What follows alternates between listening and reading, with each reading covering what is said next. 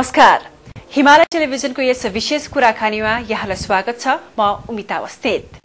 आजको यस विशेष कुराकानीमा हामीसँग एक विशेष व्यक्तित्व हुनुहुन्छ र उहाँ हुनुहुन्छ भारतीय जनता पार्टीका नेता Bhagat Singh Koshyari.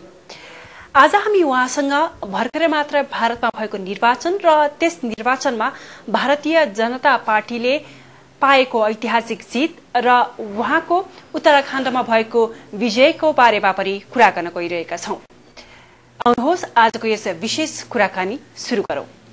Hello sir, welcome to our show sir. Namaste. Thank you, धन्यवाद. Let's talk about your visit. Yeah. Is it personal or your professional visit? No, it's almost a personal one.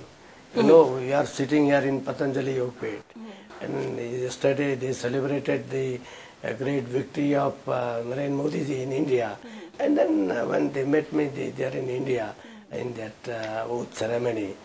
They invited me here. They said that please come, and I have got a special love and what you call the attachment for Nepal. And I readily accepted it. And I came here yesterday and I participated in that very grand show. And I was happy that Nepali people are here just enjoying and or merrymaking on the eve of the victory of Narendra Modi and BJP. So I came here and I addressed them also. And naturally I have got many friends here, and in political field, in social field, in educational field, and these people come to me, and even I just try to meet them also, to go to them also.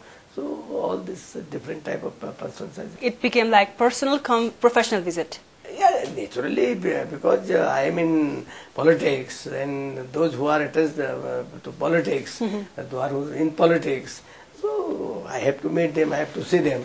So it already becomes either, you can say, personal. I have told you that it is a very personal level. Okay. It was not an official one. Right. But ultimately I am a political being. And all the political person we are concerned is Nepal. And when the concern is Nepal, our concern is its poverty, our concern is the social conditions. And then our concern is its political stability or instability, what do you call it. So that's why I have to see all this in that. Okay, now you have said many concerns about Nepal, but now I'm going to get concerned about your victory. You have defeated K.C. Singh Baba of Congress by more than 2,80,000 votes from the Nainital constitution of Hill State.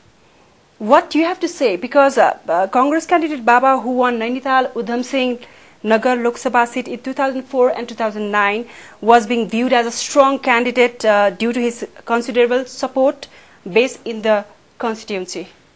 It was so supposed, but it was not so there. But previously, I think we had not been such a good candidate against him. Right. Probably who could fight against him and who could get victory. So that this time what happened, there was general disenchantment with Congress, and people were against the incumbent candidate also. Right. Because that already he has many people have got complaints against him.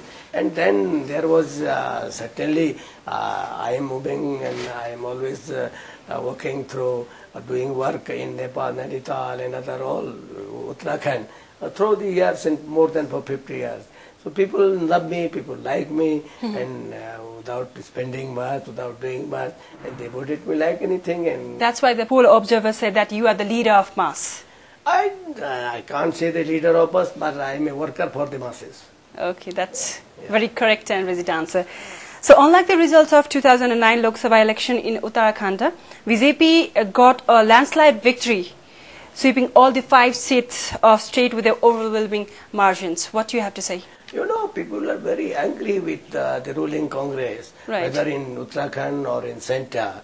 And they are not delivering, the people are disillusioned, and that's why people wanted to overthrow that regime, and they wanted that a better government should come. And particularly, you know, in Centre, the union government, there were so many stories of what is called corruption, this scam, that so many scams. Better I should not speak in Nepal all about those scams. It's not good to speak about them. So That's why people are angry with the ruling government there, with the ruling party there.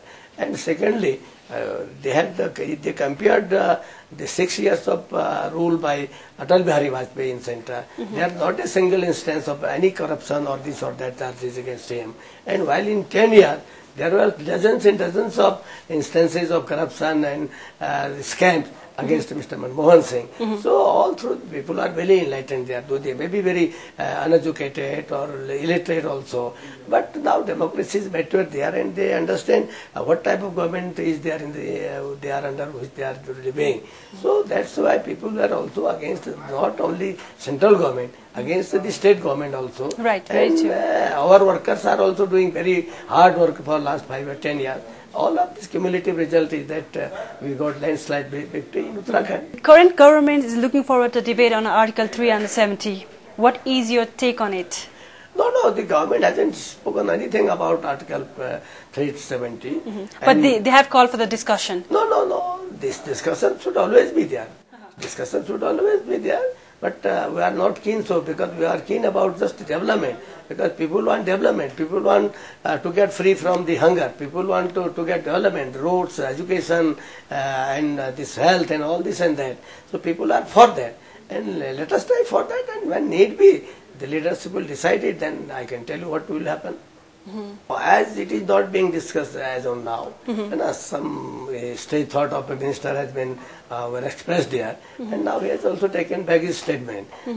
The statement, we all expect, that the number of people in India expect that it should be discussed and whether it is useful or not. But that is not the primary concern of the ruling party today. That may be in future, in one need be so. But at present, I think first of all we stabilize and to get the confidence of the people. And first of all, that people should have faith in the government. And the government should, there has come a government that governs, that know how to govern. And let us people hope and let us people experience the results of this government's declaration. And then alone such subjects will be discussed. You were Rajya Sabha member and now you are Lok Sabha member after the victory. BJP has a full majority in Lok Sabha while it is way behind the 116 seat mark in Rajya Sabha. What is your comment on it? No, that is there. It is the, what you call the speciality of democracy. We are majority in one house and not in another house. It happens, sometimes it happens in America also, in USA also. In Senate someone is there in majority, and in People's House, Representatives House, the other party is in majority. But the beauty of the democracy is that whatever work we want done, we will do that because there are provisions that through which we can go through all the laws and rules and regulations, acts that we want to enact. Just now you took the name of America. Recently there was a controversy on the visa process of Narendra Modi before. So what you have to say about it?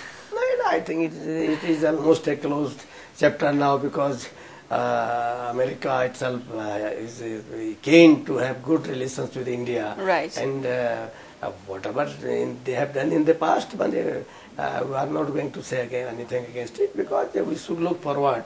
And if they want to have good relations, India would like to have good relations with all the countries. And America is a democratic country, naturally we would like good relations with them. Prime Minister Narendra Modi has invited all the SAARC leaders, including Prime Minister Sushil Koirala as well. So what can we expect from this kind of kind gesture? You see, because all these SAARC countries, they are contiguous, they are joined together, and I think the fate of all these countries depends upon how they coordinate with each other, how they work with each other, and how they have good relations with each other. So we want good relations with all the countries, and particularly with our neighbors, who are our next door neighbors. And so far as Nepal is concerned, and Nepal has got always the privilege of having whatever you call the lines to share from Indian government. And Indian government never thinks that Nepal is another country, Nepal is neighbor. We always think that Nepal is our brother. We always think as if we are twins.